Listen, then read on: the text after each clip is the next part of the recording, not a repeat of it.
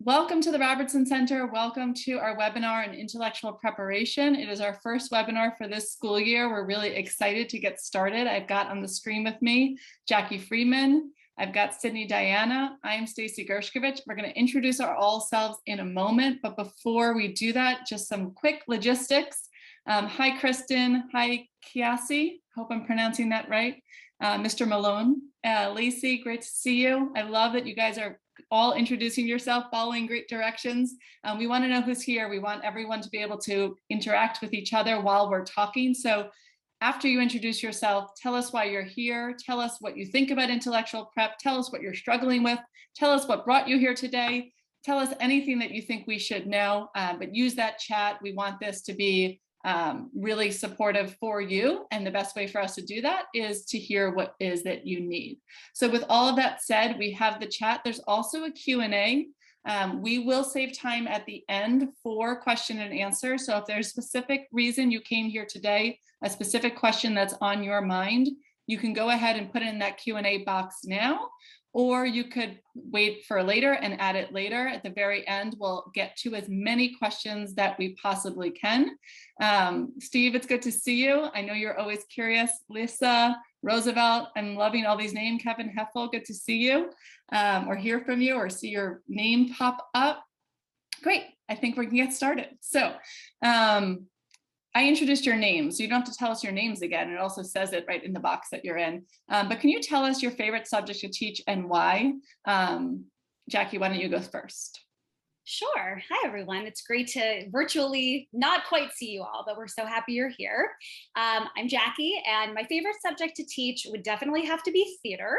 I started my education journey as a drama teacher, so that is my first passion. And it's always incredible to give students the freedom to really express themselves creatively and see them build confidence, and then see them apply that confidence to all areas of their lives. So theater will always be my favorite thing to teach. Hi, I'm Sydney. It's nice to kind of meet everyone. My favorite thing to teach is writing. I think that it's something that kids resist sometimes at first because it can feel challenging. So like opening their world into realizing that writing can just be a really fun way to express yourself, to convince someone of something, to tell a story, to teach someone something. And there's just so many different ways and styles of writing. And I love communicating that to the kids. Right. It's really hard for me to decide. Math really is my favorite subject to teach, but just yesterday I was doing some fun science experiments with my kids with some oil and water and Alka-Seltzer tabs. And so right now I'm on a little bit of a science mode, but Ms. Rodriguez, Mr. Malone, I'm so glad you're here because it's exactly what we are going to do. We are hopefully going to share with you strategies that we use at our schools to make sure that we are intellectually prepared to teach our lessons. And I'm hoping that you can bring those back to your team and find them really useful for the way that we think about it. So with all of that said, when you signed up for the webinar, we asked you to share some thoughts about what makes lesson planning challenging. And so thank you for all of you who shared your thoughts. If you didn't get a chance to share your thoughts, I imagine some of these things will sound very familiar. The number one thing we heard was finding the right materials. We'll talk a little bit with Sydney about the importance of really picking an exciting book that you love so much. Certainly time is of the essence. Sydney just dismissed her kids a couple of minutes ago, and I'm sure she's got a lot to do before tomorrow. So I know that's top of mind for her as well. Some other things are on there as well. You can see it on the slide, but that's why we're here today. One of the things that we at the Robertson Center are going to launch, in fact, if you're on our mailing list, which I think all of you will be, we are sending out tomorrow our quarterly, our first annual quarterly, or not annual, our first quarterly edition. And we are launching the core values that success has, the first one being thinking. So today we are going to be talking all about, and you saw this in the invite, about how we think about planning for the purpose of helping kids really make sure that they are doing the thinking in the lesson. So when we say the word intellectual prep, you'll hear us say it a lot today. We mean first knowing the content that you're going to teach yourself, as well as knowing the learners in your room so that you can really be purposeful with what you're doing so that they can really do the thinking. So we understand that preparation is not just that. We get that you have to find the book. We get that you have to make the charts. We get that there's lots of other things to do in order to be prepared. But today we're really going to focus on what teachers are doing to really make sure that they've done all the thinking that they need to do so that they can support their students in doing that thinking on their own. Our focus today is going to be fourth grade read aloud because Sydney teaches fourth grade. And if you are interested in more, we're going to talk a little bit about our approach to read aloud just to give a little bit of context. But the first and foremost purpose of read aloud is to make sure kids get to love books and love reading. And so hopefully you'll see that come out in the planning today. We're really lucky to have Sydney join us, one of our fourth grade teachers at one of our elementary schools. And we're going to get a chance in just a moment. I'm going to kick it over to Jackie to get a chance to hear about the way that she plans for a lesson. And then we're going to watch that lesson live with Sydney, pausing strategically to have Sydney talk about what she was thinking as she was teaching. At the end, as I mentioned, we'll pause. We'll have time for questions. So as you are thinking, as questions come up, feel free to put them in the chat, as a lot of you are doing already, but also feel free to put them in the Q&A. I'll also flag, it's in the chat, but if your setting is in the chat is to host in Panelists, only we can see it, that's totally fine if that's what you're comfortable with. But if you are comfortable, go ahead and click it to everyone. That way everyone can see your chat and we can make this more of a conversation. So with that said, Jackie, I'll turn it to you. All right. Okay, so I'm very excited to hear from Sydney about her approach to read aloud. So Sydney, we'd love to hear a little bit about how you intellectually prepare to teach this really wonderful component of our literacy program. So what's your process like for this type of intellectual prep? And what do you keep front and center in your mind as you prepare? So I try to work backwards. Usually the first thing I try to come up with is like the big idea that I'm trying to focus on in this lesson. So maybe that's going to be characters and their feelings or their traits or their motivations. Maybe it's going to be the lesson that we can take away from a story. Maybe it's going to be more specific practice and structure things like descriptive language, other choices the author's making. So I try to first just like come up with the idea or ideas, if it's more than one, that I want to focus on and narrow it down. And then I go find a book that will help support that. And like, honestly, even before coming up with the big idea is just making sure that kids are excited to read and to read books. I love to read. I spend a ton of time reading in my personal time. And like, I want the kids to feel that. So picking books that the kids are going to be excited to read, but also I'm going to be excited to read, because if I don't like the book, they're going to know that and they're not going to like the book.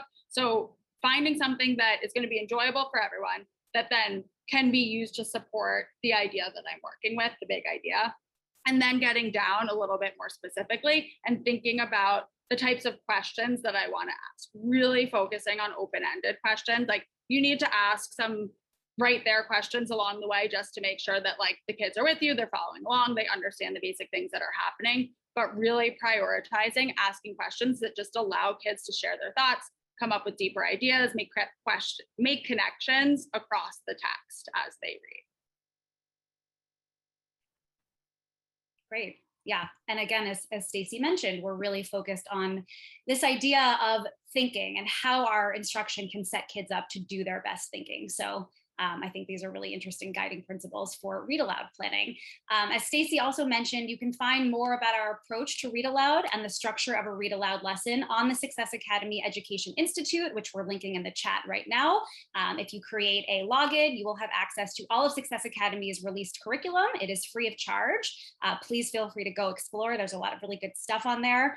Also, I just want to highlight that the first three points you'll see on the slide are really transferable to other content areas.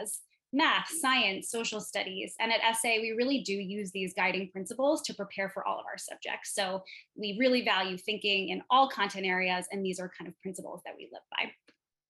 All right, so as I mentioned, and I'm really excited to share this all with you, All of our programming at the Robertson Center this fall is connected to our core value of thinking. So we have 7 core values of educators and learners, which we'll be sharing with you all over the next months and years. And critical original thinking is always our goal at SA. So Sydney, would you tell us a little bit about how you plan to elicit strong thinking when you do your intellectual prep to teach? Yeah, and it's hard, right? Like that's the thing we all want, and it's the thing that's the hardest to do, to get them to go above things that you might just be getting or you think you're used to. And I think a big thing for me is also just like recognizing that the kids are very capable of getting to high level thoughts and high level explanations and supporting their ideas. So starting by just like expecting that I can have a conversation with them. And granted, it is 4th grade, so that's going to be different in a younger elementary, but I can have a conversation with them at a very high level, almost an adult level, about things that they're noticing. So not thinking, oh, it's a child, so I want to have a conversation like a child. Like first allowing them to reach a really high bar. And then the other thing is really the types of questions, like providing the opportunity for them to provide unique insights, original insights, to use information that they have read and make inferences about it. So to get great thinking, you kind of have to ask the questions to set them up for it. So thinking about ways to ask types of questions that will then give you the responses back, and really pushing them to use examples from the text to support their ideas. So like in the video, when we get there, you'll see like sometimes I cut them off to say like, well, how did you know that? And they're already doing it, because that's something that we really focus on like throughout schooling, but also like in my classroom. Like you have an idea, that's great, but I want to know where it came from, because that will help me get a little bit more insight to what you're thinking, and then also helps other kids learn from that thinking process if they don't have it on their own just yet. And then, sorry, one more thing, knowing the kids in the room, like, and that's a hard thing in the beginning of the year, especially, but like as the year goes on, knowing what types of thinkers you have, going strategically asking questions to certain kids based off where they are and the things that they're working on individually. Like asking, if I'm asking an inferencing question, if I have someone who's working on inferencing, trying to ask them a question. If I have someone that struggles sometimes with thinking about why an author wrote a text, asking a kid that question, just so that you can like hear from a wide range and get their individual needs, because that's really hard too. Yeah, these things are not so easy to do, and they do take a long time and a lot of practice and development. And I see the questions are coming through in the chat. We are going to get to your questions in the end, so keep them coming. We're keeping track of them. We'll make sure to answer as many of them as we possibly can. But now we are going to have a chance to see Sydney in action as she teaches a Read Aloud lesson to her students. We sent Sydney's plan to you all ahead of time. If you have it, you can feel free to pull it up so you can follow along. We're also going to add it to the chat right now if you need it, so you can see Sydney's thought process. You can see the questions that she's planned to ask. Also, you'll find in the resources Sydney's planning template, which is blank and for you to use as needed, as you'd like at your schools, if it's helpful for you. So we've provided that as a resource for you as well. So as we watch Sydney's video, we're going to stop at moments to have her reflect on the intellectual prep that she did and the instructional choices that she's making, both the ones that were planned, but also changes made in the moment. As many of you know, sometimes you have the most perfect plan in the world. It doesn't go quite as you expected. There are always fun surprises in teaching. So I'm really excited to hear Sydney's thoughts on how the lesson is going. Again, you can feel free to add your noticings to the chat anytime. So we have some guiding questions for you if you'd like to think about them, but of course, feel free to answer and share any thoughts. Where are you seeing Sydney make strategic moves to elicit that interesting student thinking? And how is her lesson plan setting her up for success? So those questions are in the chat for you to think about, but of course, feel free to share any thoughts and other noticings that you have. So before we get started, Sydney, can you tell us just a little bit about the book that we're going to see you engage with? Why did you choose to read this with your kids? And what did you hope to achieve with this Read Aloud? So I picked this book. I love this book. So that's really the primary reason why I used it. And then it also supports what I was trying to get to in this lesson about opportunities to make inferences about characters, and then also talk about a lesson that's learned, because the ending of this I found so unexpected. When I read it for the first time, I like gasped out loud because I just was so shocked that it ended that way. And I think that kids, especially in 4th grade, are very used to things ending a certain way. They expect everything to end very nicely and neatly and have this sort of like lovely life lesson that they can go off with. And this is a little bit differently. So it provides opportunity for a more interesting conversation than we're sometimes used to. And I just think it's a really like complex book presented in a short form. Great. Yes. And the book is Each Kindness by Jacqueline Woodson. She's one of our favorite authors at SA. So we love the book too. And we're super excited to see you teach the book to your kids. So we are going to pull the video up and we hope that you enjoy. Again, please feel free to share your thoughts in the chat at any point, ask questions. We're going to get to as many of them as we possibly can. So we will get started. Great. Okay, we're going to read a new book today. Jackie, you got to stay off of mute. Right, before Ryan, awesome. It's one of my favorites because I think it teaches a really important lesson in kind of an unexpected way. So before we start, I want you guys to think about something. I want you to think in your head. Has there ever been a time when someone was unkind to you? Yeah, I see some nods, I see some hands. I'm not going to go into the like specifics of that incident, but how did it make you feel when somebody was unkind? How did that make you feel? What do you think, Janaya? It made me feel sad. Made you feel sad? Okay, do we have other words to describe how we felt when someone was unkind? June? I felt like disappointed and I felt like they didn't. Disappointed, you didn't like it. Gabe? I felt mad. Felt mad, maybe, yeah. Yeah, so that's happened to me too, right? It happens in life and it doesn't feel good. So this is another one. And thank you. Has there ever been a time where you were maybe unkind to someone? It's okay. No one's, yeah. Like, it's happened to me before too, right? Yeah, you can put your hands down. Sometimes it happens not on purpose. Sometimes you say something and you're like, oh shoot, that wasn't very nice and I didn't mean it. I can tell you a story later about a time where I wasn't very nice to Miss Stefanik when we first met. I didn't even know that it was happening. She told me about it later and I felt that I still to this day feel really sad about it because I didn't mean it, but it made her feel bad. So I want you to think today, we're going to pay really close attention to the narrator of the story. Her name is Mary. I want you to notice her actions and her feelings throughout the story and think about the lesson that she's learning as a result of those feelings and those actions, okay? All right, so we're going to pause there for just a moment. So love your launch, and I want to talk a little bit about it. So why did you launch asking students about their own personal experiences? Do you often launch read alouds this way? And if so, what is the impact of launching in this way? Yeah, I usually do launch read alouds this way, most lessons this way, honestly, just because like everyone loves to have a personal connection to something. Like just as adults, like we're going to read a book, we're going to watch a movie, we're going to join in on a conversation if it's something that we know a little bit about, feel connected to. So the kids just get so much more excited to read what's about to come. If they're like, oh yeah, that's happened to me. Like, I'm curious how that's the same, how that's different, what's going to happen to this character.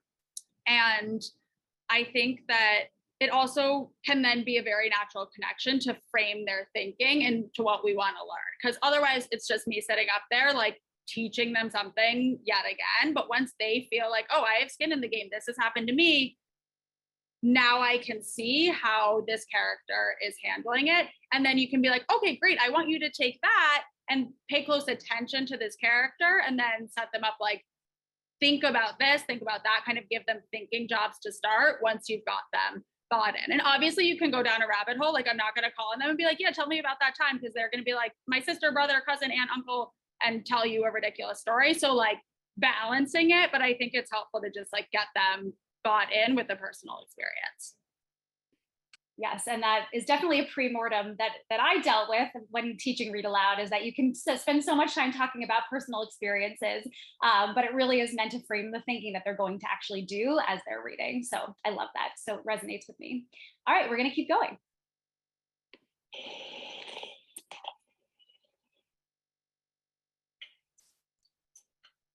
That winter, snow fell on everything, turning the world a brilliant white. One morning, as we settled into our seats, the classroom door opened and the principal came in.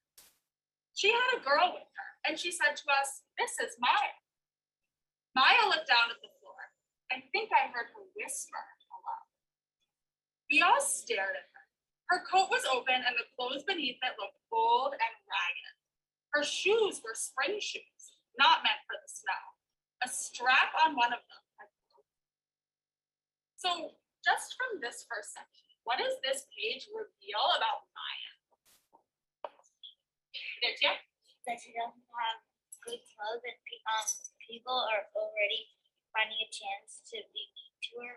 Okay, let's talk about Maya to start. What did you notice? What in the text made you think that? That she is very shy and that she has things that other people don't. What made you think she was shy? That's a nice descriptive word. Because she whispered hello instead of actually just saying it. Yeah, so like if I looked down at the ground and whispered hello, probably I'm not feeling confident about that, right? What else do we notice about Maya from this section? Dahlia? Back from the back. It said that her clothes look kind of old, so I think maybe she might be poor. Maybe doesn't have enough money to get the clothes for the season. Yeah. Okay. Benno? She had those shoes were broken. So one of the straps was broken. Actually, something that I just noticed was beginning with talking about how much snow there was, right? And then telling us that there were spring shoes. What would it like if you had spring shoes with the snow outside? Your feet might get all wet, right? All right. Okay, we're gonna pause again.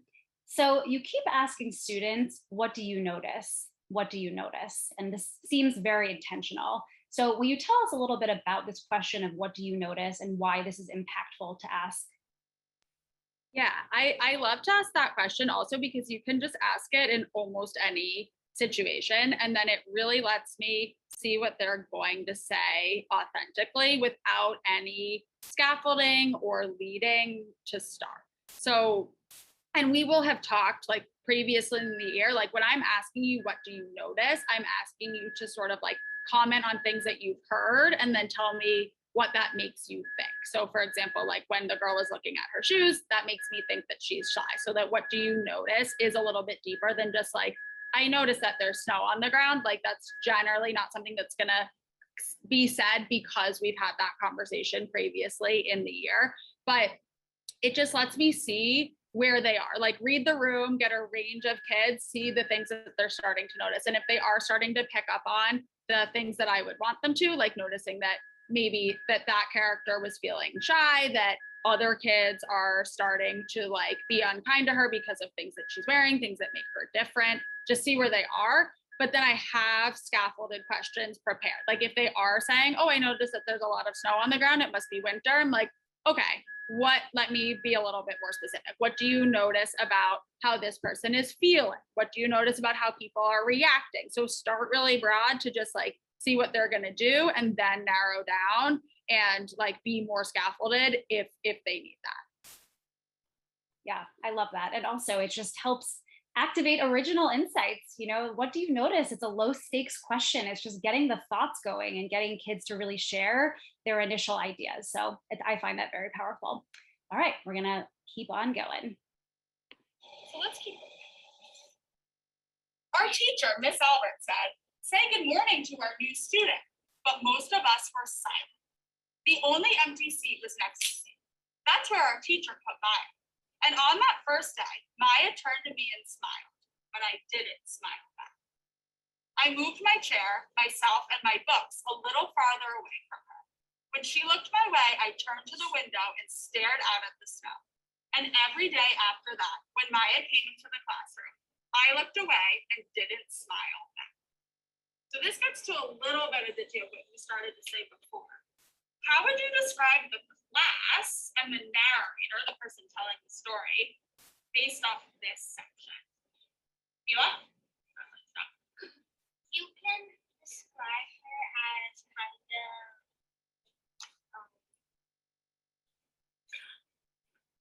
kind of like not like kind of rude because she's like not looking at Maya while she smiles and does nice of her. She's not picking up her nothing because the narrator's kind of being like mean. Well, probably because she doesn't like the girl because of her clothing. people like judge people. Yeah, that's terrible, right? They don't even. Okay, this is a very interesting moment. So this student seems to be going through their own thought process as they're speaking and arrives at a strong idea at the end that Chloe is judgmental. So any thoughts on this kind of answer and this kind of thinking and processing aloud? Let us know a little bit about why you let the student go on and get through that thinking.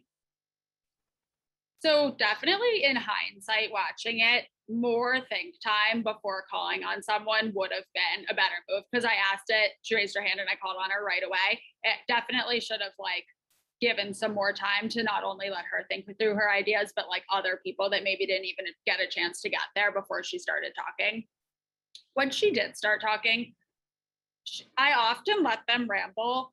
Just I'm a rambler, as probably noticed, but like it takes me a second to get to my ideas, so I sympathize with it. So if I think they're going in the right direction, I will let them go for a little bit. Like she said rude to start, which was not super accurate, but then I could see her sort of start to self-correct. And knowing this girl, I know her thinking process and she often does get there. So like in that specific moment, I let her go because I did think that she was going to get to a different idea at the end just based off of knowing her.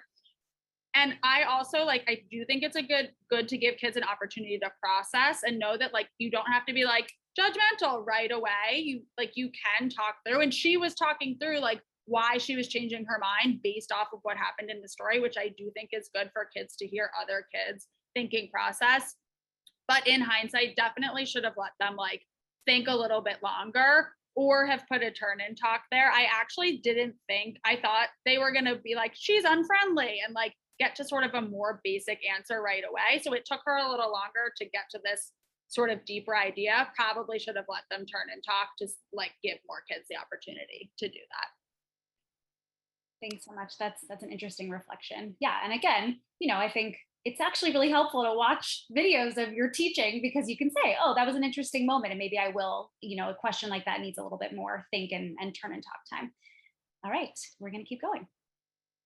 Even know her, they just met her. You want to say something, keep going to see if that comes true. My best friends that year were Kendra and Sophie. At lunchtime, we walked around the schoolyard, our fingers laced together, whispering secrets into each other's ears.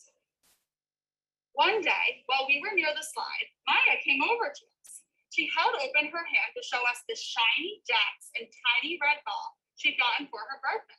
It's a high bouncer, she said, but none of us wanted to play. So Maya played a game against herself.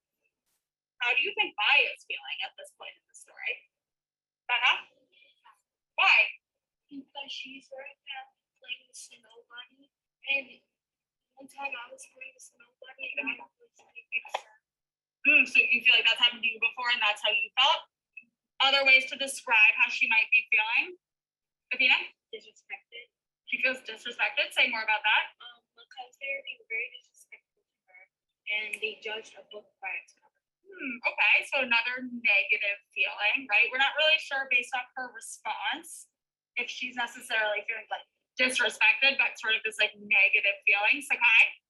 They're like trying to avoid her. Say more about that. Because they don't like her. How do you know they're trying to avoid her? Because they don't want to play with her and she's playing by herself. That afternoon, when we got back into the classroom, Maya whispered to me, "Bet you can't guess who the new Jax champion of the world is." Behind me, Andrew whispered, "Chloe's got a new friend. Chloe's got a new friend." "She's not my friend," I whispered back. The weeks passed. Every day we whispered about Maya, laughing at her clothes, her shoes, the strange food she brought for lunch. Some days, Maya held out her hand to show us what she had brought to school. A deck of cards, pickup sticks, a small tattered doll. Whenever she asked us to play, we said no. So what patterns do you notice about Maya's interactions with her classmates? You can put your hands in. I'm going to have you talk to your partner about it. I'll say it one more time. What patterns are you starting to notice about Maya's interactions with her classmates? You can turn it. Okay, we're going to pause. So that's a very sophisticated question. What patterns do you notice about how Maya is interacting with her classmates? So can you tell us a little bit about how you came up with this question and why are you using this moment to do your first turn and talk of the read aloud? So the patterns question came from, this is obviously a shorter book, right? A picture book that can fit into one lesson. Often in fourth grade where they're reading chapter books or just like longer texts where they need to connect details across the text to draw understandings about either things that are happening, characters in the story. So trying to like get that same type of thinking in the shorter book so that they could then transfer it to have that in their like toolbox when they do read a longer book. And a pattern can be hard to identify if they like aren't picking up on the fact that like a repeated behavior turns into a pattern.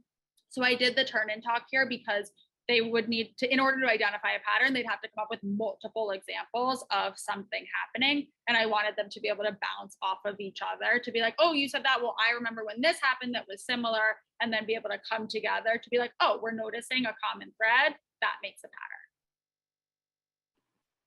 So we're going to keep going.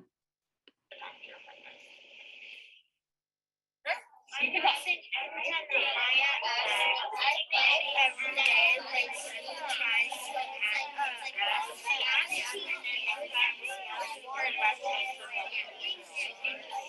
the pattern is that every time it's boring, we always ask. First, we talk about that she's a little boring. Okay, what makes you think that? She always brings all toys to school. Okay, so you think that they think that she's boring? Okay, why don't you guys talk about maybe some other reasons why they're deciding not to play with her? Okay, see if you can figure out why. What do you think?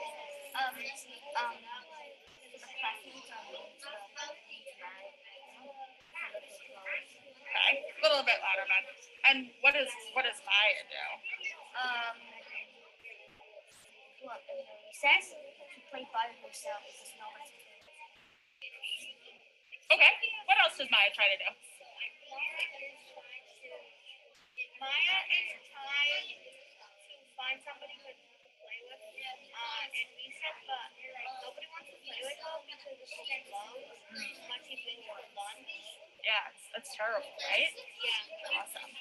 Turn back to the front in 3, 2, 1, and go.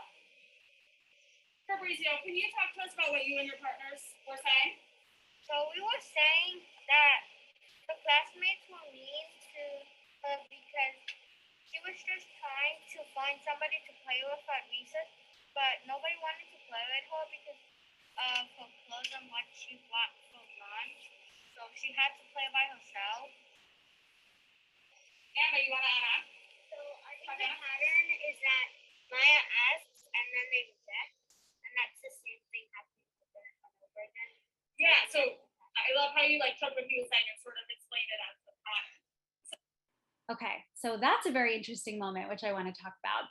So the first student you called on shared some interesting insights, but didn't necessarily touch on the pattern, which was the question that you had asked. So the next student you called on quickly clarified, answered the question about the pattern. Was that an intentional move that you made? And what might you have done if the second student did not actually answer your question? So definitely like the benefit of the turn and talk also is that I can hear what they're saying. I didn't set that up very well watching it back also because I asked the initial question about the pattern and then I was listening to that conversation and he was saying good things but not necessarily articulating it as the pattern, but I was like positively reinforcing what he was saying and then called on him. So it makes sense to me that he didn't like specifically describe it as the pattern based on what he was saying. And then when I was like, can you share what you guys just said? So I went to someone else to try to go back to the original question because I had heard over there them saying like the pattern is, so I knew that they were going to then clarify the pattern. So then also sort of being like, hey, you didn't actually answer the question. You said great things. I know I was telling you that you were saying great things, but if we go back to the original question as the pattern. This is how you can express it to answer the question. If she had not said that, I definitely would have been like, okay, let's stop, let's back up. What is a pattern? Like, do you understand that, like, when we're asked, if I'm asking you for a pattern, we're trying to find a repeated behavior that gives us a larger idea, and then be like, okay, now that we know that, can you answer the question based off the book? Because if it's like 2 or 3, it's me and not them, and I need to clarify what I was asking. Yeah, that makes a lot of sense. And I think the turn and talk is so beneficial. You can hear students' ideas, you can push them if they're not going in the right direction, they're pushing each other. So turn and talks, I find, are always super helpful for those higher level thinking questions. So for the sake of time, we're going to skip ahead to the end of the book. Very sad, but just to give everyone a little recap of what's happening. So during this portion of the story, Chloe's teacher leads a lesson on kindness, and Chloe sadly realizes that she's shown no compassion to Maya. And then Maya doesn't show up at school one day, she doesn't show up the next day and the next, and the teacher announces that Maya won't be returning. And in the end, Chloe realizes that she's missed her opportunity to show kindness to Maya. So it is, as Sydney mentioned, it's kind of a different type of ending to, you know, the stories that we're all used to reading. So we're gonna get to the end of the book and we're gonna watch Sydney wrap up the lesson. So I watched the water ripple as the sun set through the maples, and the chance of a kindness with Maya became more and more forever gone. Kind of a different kind of ending, right? You maybe think, wait a second, now the book's over. So that was an intentional choice by Jacqueline Woodson, the author, right? So you're going to talk with your partner about 2 things. I want you to think about how the author ended the book. So what is her message? Like, what was the author's message in the story? And why do you think she chose to write this book? So what was the author's message?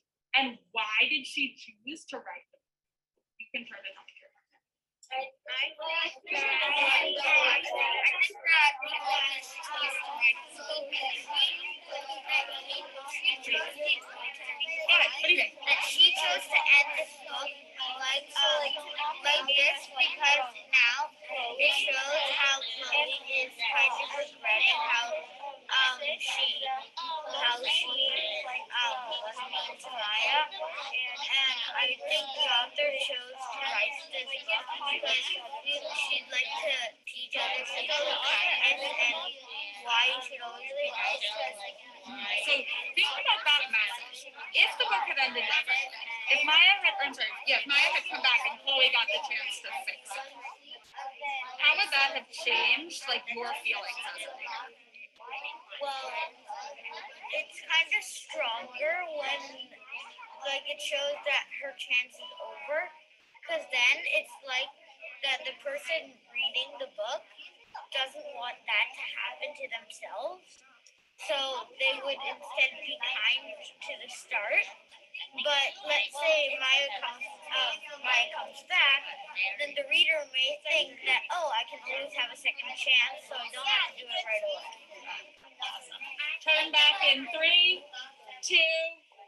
1, and done. Okay, let's start with our first question first. What do we think the author's message was with this story? Right? We're probably gonna have a lot of different ideas. We're not all gonna say the same thing. What's one possible message from the story? Fabrizio, in the back.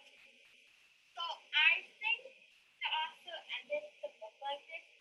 Wait, what's the author's message? That was my first question. Oh, the author's message is to be kind to everybody because you may never have the chance to be kind to a person you were mean to again. And how did you get that idea? I got the idea because of Maya leaving the school and Chloe going to the neighborhood and sad about being mean to Maya. Okay. Other thoughts? Maybe you had a similar idea, but we said it differently. Hila, go ahead. So mine was the message was don't miss your opportunity, because if you miss your opportunity, you'll never get a chance. And what made you think that? What made me think that is the way that, well, she kind of said it in the book, but this is her own words, like, I should have said these nice things. I should have said this or this. She was regretful this morning. Yeah. She didn't take profit. Like when she thinks, when I reach the pod, my throat filled with all the things I wish I would have said to Maya. Each kindness I had never shown. That feeling of like wishing for something that now you get back would be a really fun feeling. So Aditya, you were having an interesting conversation with Isabel, talking about why the author wrote the book and like specifically why did Jacqueline Woodson end the book this way? He chose to end the book this way because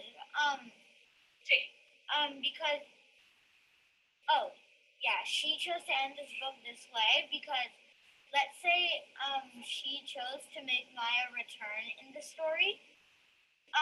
So then people will think it was like, oh, I'll always get a second chance to be kind. But if they don't make Maya return, it'll be stronger because now she's feeling more regret. Which means that the reader wouldn't want that to happen to them, and they'll start being kind right from the start instead of thinking they'll have a second chance. All right, we're gonna stop there. I'm gonna stop sharing my screen. All right, so would love to hear a little bit about this wrap up.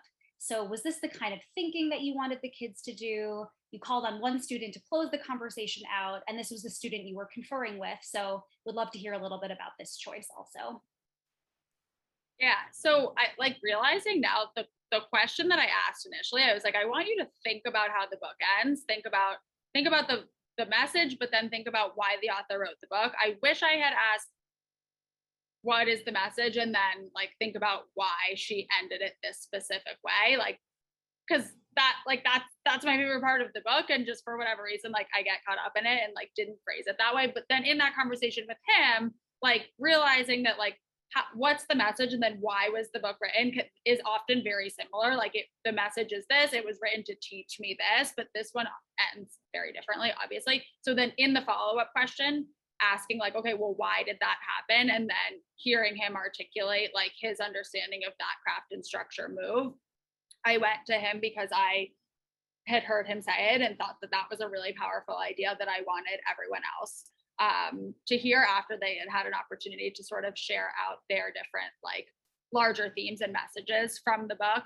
I think like also I get really stressed about the time. How long have we been here? Like what do I need to move on to next? I, in hindsight, would have definitely spent more time like making sure that other people had the opportunity to like sit with that a little bit, because that's a pretty high level idea. And like he got there, a couple of other kids probably did, but I'm sure there are people in the room that like that kind of went over their heads. So maybe that's a conversation for another time, like find another text that ends in an unexpected way and talk about like choices at endings, like if it didn't happen in that moment. But overall, like seeing them be able to come up with a variety of lessons to be learned, and then also having people that can like articulate why a specific choice like that was made was definitely like, I was excited to hear that, because like that's how I feel about that book.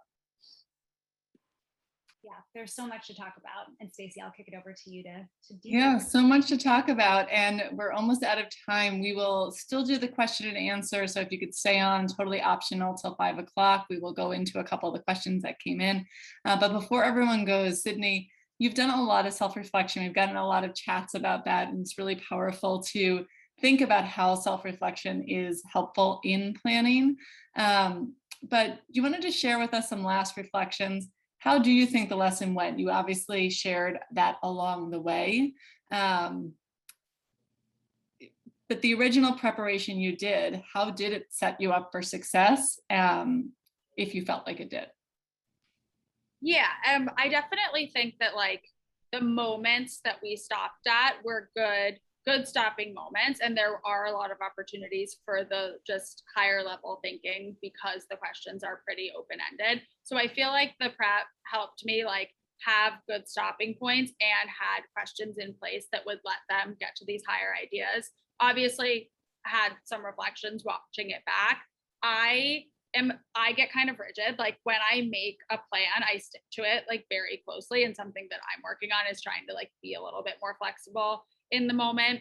And also just like as a personal thing to note, like I put it in this plan to be a helpful external thing. I normally put it on Post-it notes and put it on the book as I read. You can kind of see them as I'm reading the book, because I'll just get lost in the book, and then I'm like, oh, 3 pages ago I was supposed to ask you this question, and then it like gets all messed up. So I do just put it on Post-its while I read as another thing. So like, I do think overall they had some really great insights from this. They got to some things I didn't think they would. They did a nice job supporting their thinking with evidence from the book, and got to this like cool idea at the end that I will explore at another time. So like overall, I enjoyed that lesson with them, but obviously have some things I would do differently next time.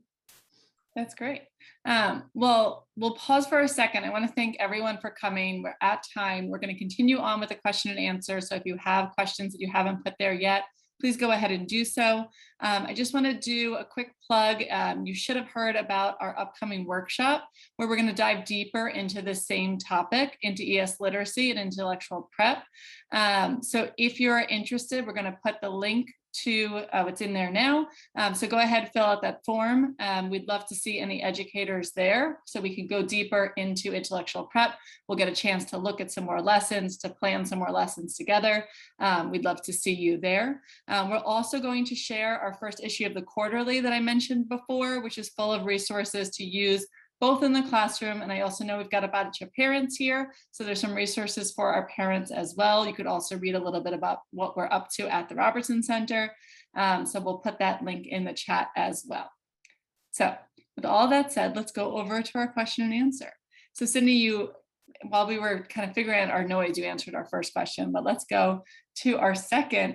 Thank you, Marie. Thank you for the gift of joining us and all of your great contributions to the chat.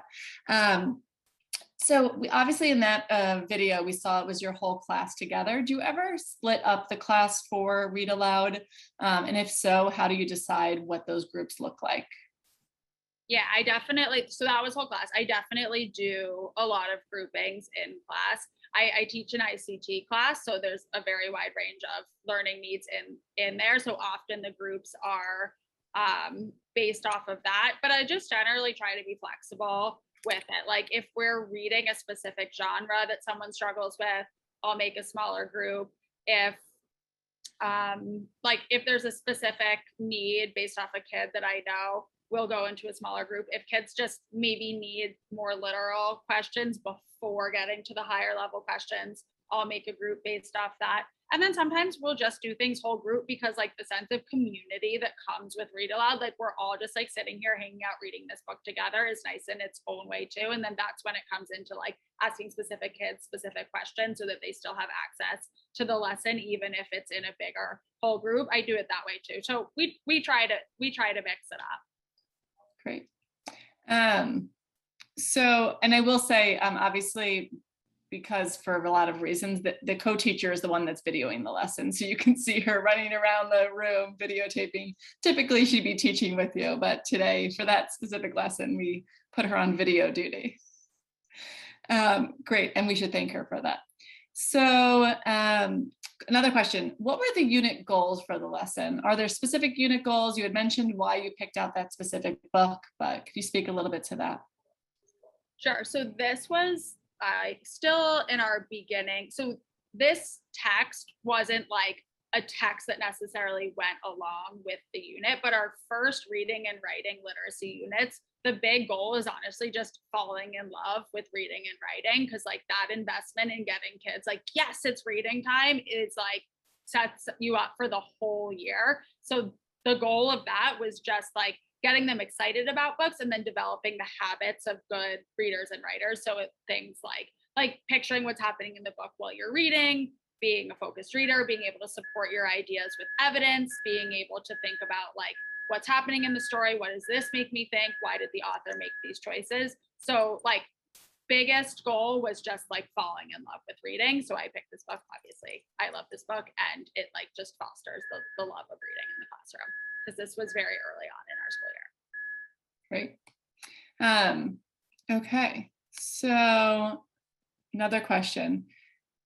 What are some of the challenges that you face with Read Aloud? Is there anything you could specifically around this part of the day?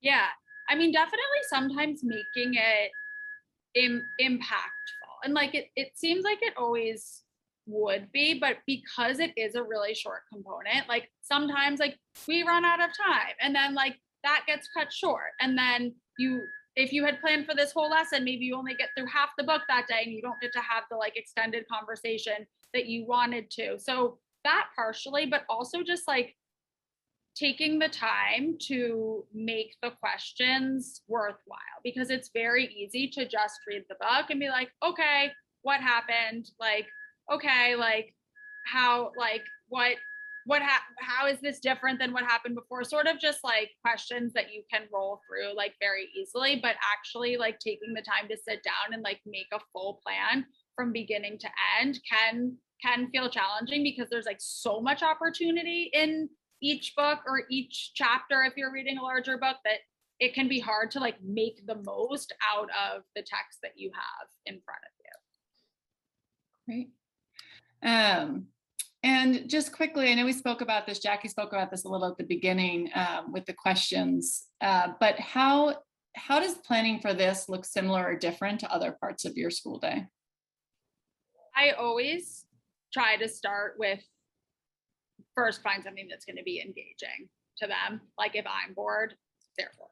So starting there and then coming up with my big ideas. So here I wanted to think about character motivations and the theme of the book, the messages of the book. If I'm doing math, like, okay, what is my big goal for right now? Do I want you to understand this one place value pattern? Okay, now let's work backwards and make the materials work for this. Same thing in writing. If my like big goal is to get to work on like writing a convincing a convincing topic sentence, like that's all we're focusing on that day. Guided reading, if my goal is to summarize. So like really coming up with the like big idea I want to focus on, and then making all of my questions and materials match that, and like working really hard to not get thrown off track, because it happens all the time. Someone says something that like is great, but not totally like in the direction you want to go, and being okay, being like, that's such a great thought. We're going to come back to it, because I don't want to get like strayed away from what we're trying to do right now, and just like knowing that that's okay sometimes. So like interesting, big idea, and then finding materials to support it. Great. Probably last one, we have about a minute, two minutes left. Anything that you do specifically for students who have diverse learners, ELL learners, processing issues, language, etc.?